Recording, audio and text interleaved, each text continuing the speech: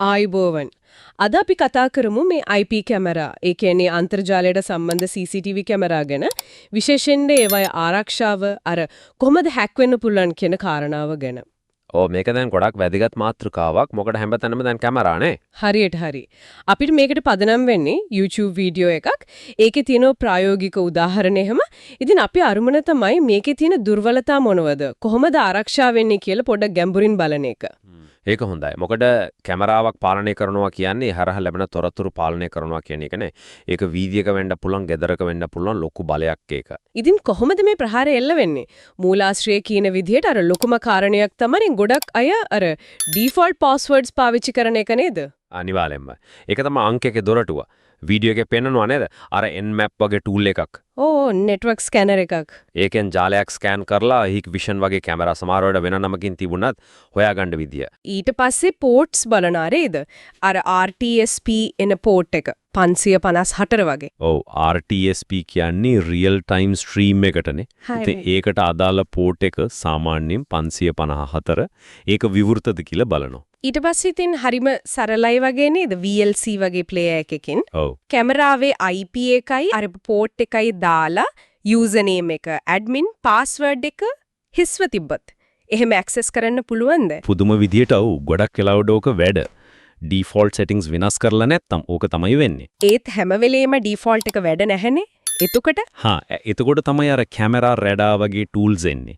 ඒ කියන්නේ dictionary attack හරි බෲට් force attack එකක් හරි පාවිච්චි කරනවා. ඒ කියන්නේ විවිධ පාස්වර්ඩ් කොම්බිනේෂන්ස් try කරනවා. ඔව් ලිස්ට් එකක තියෙන ඒවා හරි අකුරු ඉලක්කම් කොම්බිනේෂන්ස් හරි වේගෙන් try කරලා බලනවා හරි එක හම්බ වෙනකම්. පාස්වර්ඩ් දෙක දාලා හදපු කස්ටම් ඩික්ෂනරි එකකින් වැඩ කළා කියලා. හරියටම හරි. ඒකෙන් පේනවා කොච්චර සරල දෙයක්ද කියලා සමහර වෙලාවට.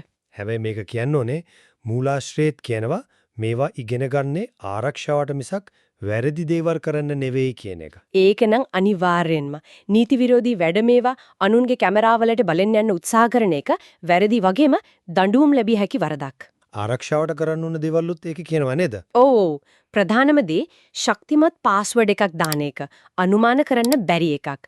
අනිත් එක ඩිෆෝල්ට් පාස්වර්ඩ් එක අනිවාර්යෙන්ම මාරු කරන්න ඕන. two factor authentication එහෙමත් හොඳයි නේද? 2FA.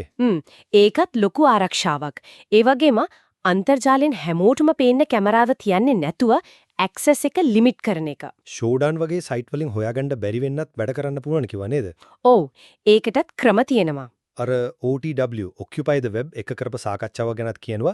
ඒක ටිකක් බරපතල කතාවක් වගේ. ඔව්. ඒකෙදි කිවනාලේද? යුක්‍රේන් යුද්ධේ පටන් ගත්ත කාලේ රජයේ ඉල්ලීමකට කැමරා 900ක් විතර හැක් කරා කියලා. ඒකෙන් පේනව නේද මේක නිකම් පුද්ගලික දත්ත ප්‍රශ්නයක් විතරක් නෙවෙයි කියලා. අනිවාර්යෙන්ම ඒ කියන්නේ මේවා දැන් ජාතික ආරක්ෂාවටත් බලපාන තත්ත්වයට ඇවිල්ලා සාමාන්‍ය කැමරාවල දුර්වලතා පවා එහෙම පාවිච්චි වෙන්න පුරුවා. තාක්ෂණික පැත්තට ගියොත් අර RTSP අරුණම on with කියලාත් ස්ටෑන්ඩඩ් එකක් ගැන කිව්ව නේද? ඔව්. ඒකත් කැමරා කමියුනිකේෂන් එකවලට පාවිච්චි වෙන ප්‍රොටෝකෝල් එකක්. ඒ වගේම අර ඩහුව කැමරාවල තිබ්බ authentication bypass vulnerability එක. අර CVE අංක 2 CVE 2021 33044 45.